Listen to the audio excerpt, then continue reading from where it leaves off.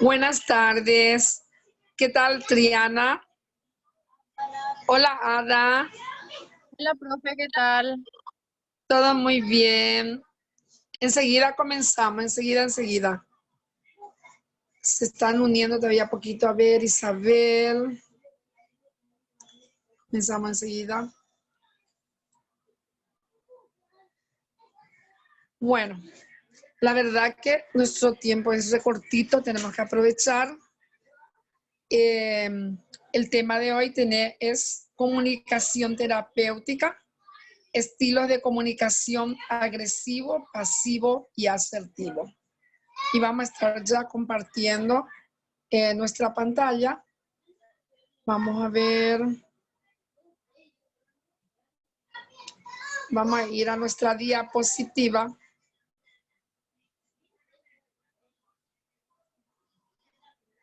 Ya está. Bueno.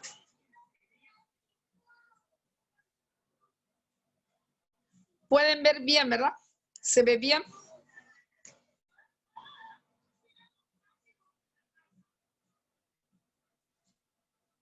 Un ratito.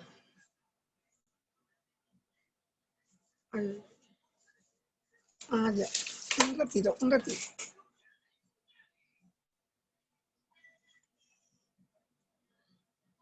Ahora. Bueno, comenzamos entonces, chicas. Seguro que van a ir uniéndose los demás chicos y chicas y vamos a aprovechar ya nuestro tiempo, que es corto. El tema entonces, como les digo, es comunicación terapéutica, conceptos. Vamos a ver todos los conceptos que tenemos y también, digamos, modelos de cómo uno tiene que trabajar, ¿verdad?, en la comunicación terapéutica. Comunicación como un tratamiento en sí mismo. La comunicación en sí ya es un tratamiento, eso es lo que nos quiere decir. Dependiendo de cómo se lleva esa comunicación, ya sirve como un tratamiento en psicología, ¿verdad? Porque justamente la terapia es la herramienta, la psicoterapia es la herramienta más importante en la psicología. ¿Y cómo se hace la psicoterapia? Utilizando, ¿verdad?, la palabra, la comunicación. La comunicación como un tratamiento en sí mismo, la comunicación terapéutica es la herramienta que utilizamos para favorecer un canal de expresión emocional que nos permita ayudar al paciente a identificar temores y poder ofrecerle apoyo emocional y espiritual. Entrando ya a un ámbito, dice, voy a estar corrigiendo antes de alzar en la plataforma, voy a estar corrigiendo todos los errores y horrores que pueda aparecer acá, ¿verdad?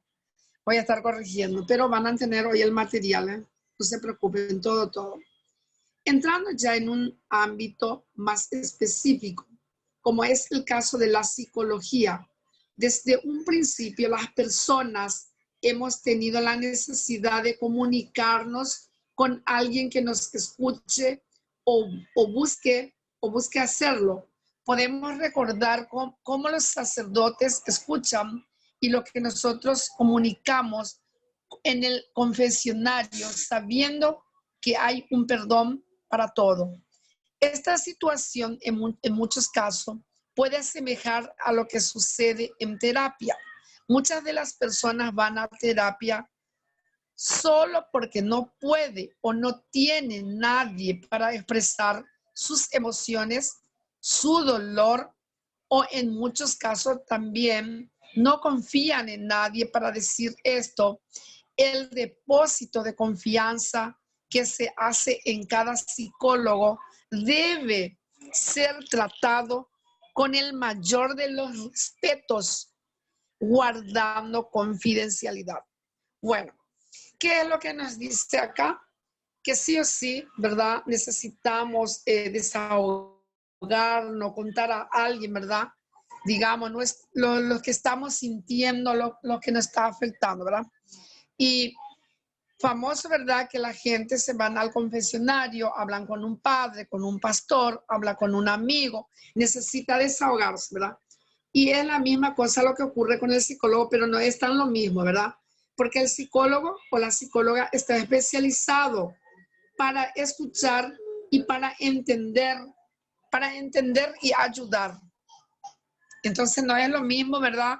No es psicología no es dar consejo. Psicología es escuchar y saber qué es lo que necesita esa persona para sentirse bien. Y hablando de psicoterapia, voy a aprovechar. Mañana tenemos a las 9:30 de la mañana, ¿verdad? Tenemos nuestra práctica. Voy a emitir un ratito a Rigoberto. Bueno, tenemos las prácticas mañana y creo que el 13 también. 2 clases tenemos de práctica, donde ustedes pueden aprovechar, ¿verdad? No van a ser psicólogos, ¿verdad? Pero van a observar más bien cómo se trabaja en psicología. Si quieren hacer preguntas, voy a estar, ¿verdad? Para estar respondiendo, ayudando en lo que ustedes me pidan. Y voy a estar demostrando, ¿verdad? Cómo se trabaja, ¿verdad? En consultorio. Y además voy a estar llevando diapositivas para compartir con ustedes. Bueno, seguimos. Regla fundamental de la comunicación terapéutica. Las personas deben expresar todos los pensamientos y sentimientos, tal como le vengan a la cabeza, sin ninguna exclusión o selección. Antes de comenzar el trabajo terapéutico, es útil que digas que están en una situación y en un ambiente en el que él puede ser libre, que escoja él, o sea, el paciente, dónde y cómo sentarse, qué decir, cómo decirle y que se deje llevar. Mientras más sincero él se muestre, más rápido entenderá que la respuesta a sus problemas las tiene él mismo. Y el autosostenimiento será más fuerte para que el trabajo del psicólogo sea reforzado por los resultados que ves. Bueno, acá no explica nada más que el paciente es importante, ¿verdad? Todo esto depende está en manos del psicólogo, del psicoterapeuta. Tiene que saber manejar, ¿verdad? Ir en el consultorio del psicólogo no es lo mismo que irte como en el consultorio de un médico clínico o cualquier otro tipo de especialidad en el área de salud. No, no es lo mismo. Uno tiene que saber manejar todo, ¿verdad? En primer lugar, uno tiene que lograr empatía con el paciente, uno tiene que conseguir que se sienta a gusto el paciente, ¿verdad? Es por eso que ahí nos dice, tenemos que disponer de sofá, de sillas y dejar que el paciente escoja dónde quiere, ¿verdad? Sentarse, ver un poco cuál es la distancia, ¿verdad? Que uno puede tomar con el paciente. Todo eso está en manos del psicólogo y no, por supuesto, del paciente o del cliente. Bueno, vamos a seguir. Regla fundamental de la comunicación terapéutica. La atención flotante. Como manifestación de su neutralidad, el terapeuta debe atender a todo el material que nos brinde o nos manifiesta la persona, desde lo verbal a lo no verbal. Pasando por lo no verbal, se debe tener una actitud receptiva, tanto en la apertura intelectual como en la capacidad de resonancia empática. Bueno, la empatía quiere decir saber ponerse en el lugar de la otra persona. Por eso que el psicólogo exige mucho la psicología, sinceramente. Uno tiene que tener una cultura general, una alta formación, uno tiene que estar actualizada siempre, porque pacientes se puede tener desde un bebé hasta una persona preparada, ¿verdad? Intelectualmente, ¿verdad? Que tenga una preparación académica muy alto. Igualmente, ¿verdad? Uno tiene que estar, ¿verdad? Preparado o preparada para manejar todo tipo de situación. Y tiene que lograr la empatía. Empatía, saber ponerse en el lugar de la otra persona. Si yo trato con un niño, tengo que bajar de nivel a su edad, a su lenguaje. Lo mismo pasa cuando voy a tratar con adolescente o con adulto o adulto mayor. La relación terapéutica constituye el elemento creativo. Este aspecto reside en la noción de transferencia. Es el instrumento terapéutico más poderoso siempre y cuando el terapeuta lo maneje con habilidad.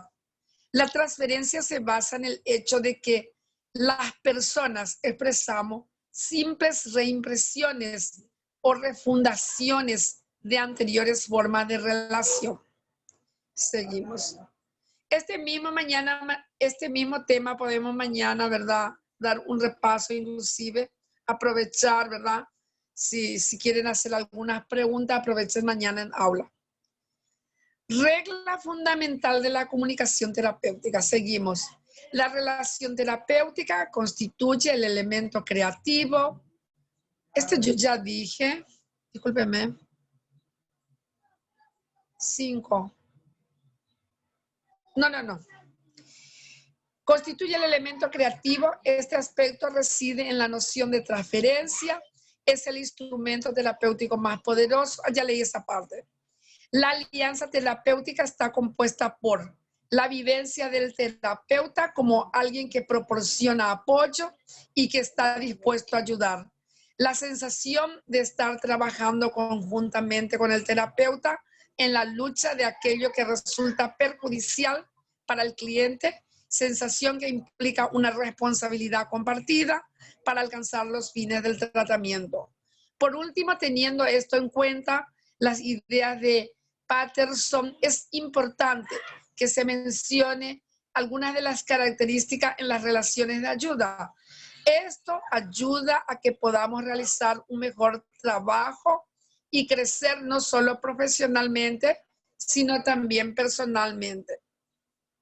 Seguimos con la regla fundamental de la comunicación terapéutica. No es dar sugerencia, consejos o recomendaciones. Por eso, como yo les digo, psicología no es tan fácil así.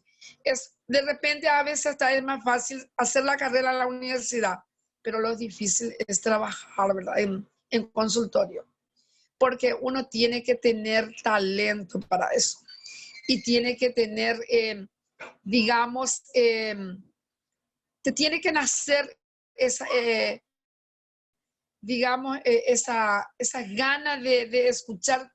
Mira, se escuchan muchos problemas, muchos conflictos, y uno tiene que tener ese, digamos, el talento para poder llevar a cabo una psicoterapia. No es influir sobre actitudes, creencias o conductas por medio, tiene que ser de la persuasión, influencia o convicción, por más indirectas, inocuas o sutiles que puedan ser. No consiste en influir sobre la conducta mediante las advertencias, amenazas, prevenciones u otros modos de obligar sin el empleo de la fuerza o la coacción física. O sea que no funciona de esa manera. Muchas veces si uno va, por ejemplo, a hablar con un sacerdote o un pastor, por supuesto, ellos pueden utilizar uno de estos recursos, pero el psicólogo no. El psicólogo solamente quiere que el paciente se sienta bien. ¿Y qué es lo que quiere saber el psicólogo? ¿Qué es lo que necesita para sentirse bien? ¿Qué es lo que le está molestando? ¿Cómo puede conseguir? Porque la solución está en la persona, ni siquiera no está en el psicólogo. El psicólogo solamente muestra el camino y orienta para encontrar la solución. Y la solución está en la propia persona, en el paciente. Porque si una persona, supongamos, diga que es homosexual y tiene problema Yo no puedo trabajar con esa persona si yo tengo un conflicto con los homosexuales, si yo no superé eso. Para mí todas las personas tienen que ser importantes, iguales. Y yo tengo que, si esa persona, yo solo quiero, ¿qué es lo que me interesa del homosexual? Que solo se sienta bien. Tal vez no es aceptada en su familia, pero ¿qué puede hacer para ser aceptada? ¿Qué puede hacer para sentirse bien? Eso nomás es lo que el psicólogo hace. Consiste en proporcionar condiciones que faciliten el cambio voluntario. Se implica siempre la actitud de escuchar, pero solo el acto de escuchar es facilitación. La persona es privada y confidencial. O sea que el paciente es confidencial su caso. Por supuesto que muchas veces por orden judicial, muchas veces uno tiene que pasar un informe, ¿verdad? En este caso ya es diferente. Bueno, principios generales de la comunicación terapéutica seguimos. Actitud abierta, evitar prejuicios, toxicomanías, trastorno de personalidad, intento de suicidio, todo eso se trata. Actitud receptiva, transmitir aceptación de la anomalía, dispuestos a escuchar. Discurso claro y preciso, evitar obviedades, no hablar demasiado, valor del silencio. Variables generales, empatía, capacidad para transmitir al oyente que se está entendiendo, compartiendo su discurso, implica matices emocionales de comprensión y solidaridad en relación con los problemas referidos por el paciente. Se transmite básicamente por procedimientos no verbales. Asertividad, capacidad para transmitir con seguridad y sin hostilidad el propio punto de vista. El paciente con un trastorno mental está inmerso en la incertidumbre y necesita encontrar seguridad en el profesional. El profesional necesita seguridad para hacer su trabajo, condicionado por múltiples presiones. Seguimos. Variables generales. La asertividad, seguridad va muy ligada a la capacidad de convicción. Respeto, cortesía, transmitir respeto y utilizar bien las normas básicas de cortesía. El paciente necesita sentirse bien tratado en todos los sentidos. El profesional debe utilizar adecuadamente los procedimientos que regulan la interacción social entre personas. Saludo, presentación. Un ratito voy a admitir a Milena. El respeto se relaciona con un buen uso de las normas de cortesía. La comunicación no verbal, empatía, reflejo del discurso emocional del paciente. Mañana yo le muestro el reflejo.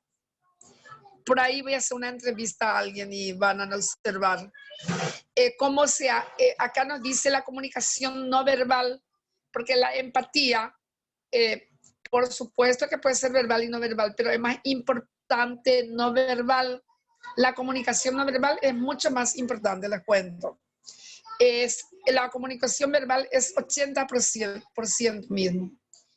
Bueno, entonces, esa empatía se muestra a través de postura y también tiene que haber una postura apropiada, expresión facial, mirada a los ojos del hablante. Aspectos claves. Aspectos clave. Saber escuchar, escucha empática, escucha activa, saber explicar, claridad y precisión, no rollo. Evaluación y manejo de las propias reacciones emocionales. Seguimos. Técnicas de escucha. Saber escuchar. Escucha empática, reflejo no verbal de lo expresado por el paciente. Escucha activa, esfuerzo receptivo e integrador del discurso. Técnica de escucha, principios. Concentración en el discurso del paciente, permanecer abierto, no etiquetar al paciente, mantener objetividad, organizar la información sin sesgar, evitar distracciones, dejar hablar, interrumpir solo cuando se decide. A ver cómo huele la hora, poquito ya nos está quedando. Desarrollando la entrevista. Se utiliza la técnica de refuerzo, técnica de clarificación, técnica de confrontación, técnica para centrar el discurso, interrumpir y redirigir. Por ahí alguien mañana se presta de modelo para una entrevista. ¿Qué les parece? Vayan pensando, alguien que quiere beneficiarse con una entrevista, pero, Sí, pero si realmente se quiere beneficiar, se va a tener que exponer ante sus compañeros. No sé si se animan. Nosotros cuando éramos estudiantes de psicología, sí. Cuando hice el programa de psicología clínica, teníamos terapias grupales. Y yo personalmente me expuse muchas veces. Expuse muchas veces mis problemas en público, en frente de mis compañeros. Y me beneficié. Por supuesto, teníamos 3, 4 psicoterapeutas en el curso. Bueno, entonces todo esto se puede poner en práctica mañana. Los tipos de preguntas, tenemos las preguntas abiertas para iniciar temas y facilitar descripciones amplias. Preguntas cerradas para precisar información concreta y ayudar a pacientes con poca capacidad descriptiva, vigilar el riesgo de inducir respuesta. Preguntas de clarificación implica una introducción y sirve para pedir aclaraciones sobre aspectos específicos del problema. Técnicas para informar o explicar. Discurso estructurado, ordenado. Discurso fluido, lento y claro. Resumir, no rollo. Frases cortas, pautas marcadas. Lenguaje simple, gramaticalmente correcto. Evitar el tecnicismo o explicarlo si son necesarios. Énfasis en los puntos clave. Finalizar la entrevista. Muestras no verbales del fin de la entrevista. Resumen de conclusiones. Acuerdo de continuidad. Despedida y acuerdo final. Seguimos. Terminamos ahí la entrevista. Bueno, ahora tenemos los estilos de comunicación, que son 3 estilos. Vemos acá estilo de comunicación pasivo. Este estilo de comunicación se caracteriza por la inhibición o no expresión de las emociones, pensamientos, opiniones ante una interacción o intercambio social. El objetivo del emisor es limitar la interacción, por lo que emite respuestas muy cortas y no correr riesgos. A veces incluso se puede superponer las opiniones y preferencias de los demás a las propias con el objetivo de no realizar ningún tipo de interacción. Habitualmente las personas que utilizan este estilo de comunicación lo hacen ante el temor de no agradar a los demás con sus opiniones o pensamientos, o porque mantienen una actitud de desinterés o indiferencia ante el tema en cuestión. Estamos por terminar, falta poquito, Iván nos va a alcanzar bien la hora. Vamos a seguir. Ahora tenemos el estilo de comunicación asertivo. El estilo de comunicación asertivo consiste en un tipo de interacción de intercambio de información en la que se expresa una opinión o pensamiento de forma honesta, pero teniendo en cuenta la perspectiva de la otra persona para no ofenderla. Se trata de comunicar lo que se piensa y se siente, con sinceridad y sin incomodar a la otra persona. Las personas que utilizan este tipo de comunicación tienen en cuenta la opinión y los puntos de vista de la persona o personas con las que interactúan. Es decir, tiene en cuenta tanto los propios intereses como los de la otra persona. Bueno, se dan cuenta, chicos, chicas, que entonces el estilo de comunicación asertivo es lo que tenemos que utilizar. Bueno, este ya es el último, estamos terminando. Ahora tenemos el estilo de comunicación agresivo. Este estilo de comunicación se caracteriza por las interacciones e intercambios verbales llenos de reproches, agresiones verbales, críticas, reproches, acusaciones e incluso insultos. Las personas que utilizan este tipo de comunicación no se esfuerzan por conocer y entender el punto de vista de la persona con la que interactúa. Su objetivo en la comunicación es imponer el punto de vista por encima del de la propia persona sin tener en cuenta la opinión de los demás.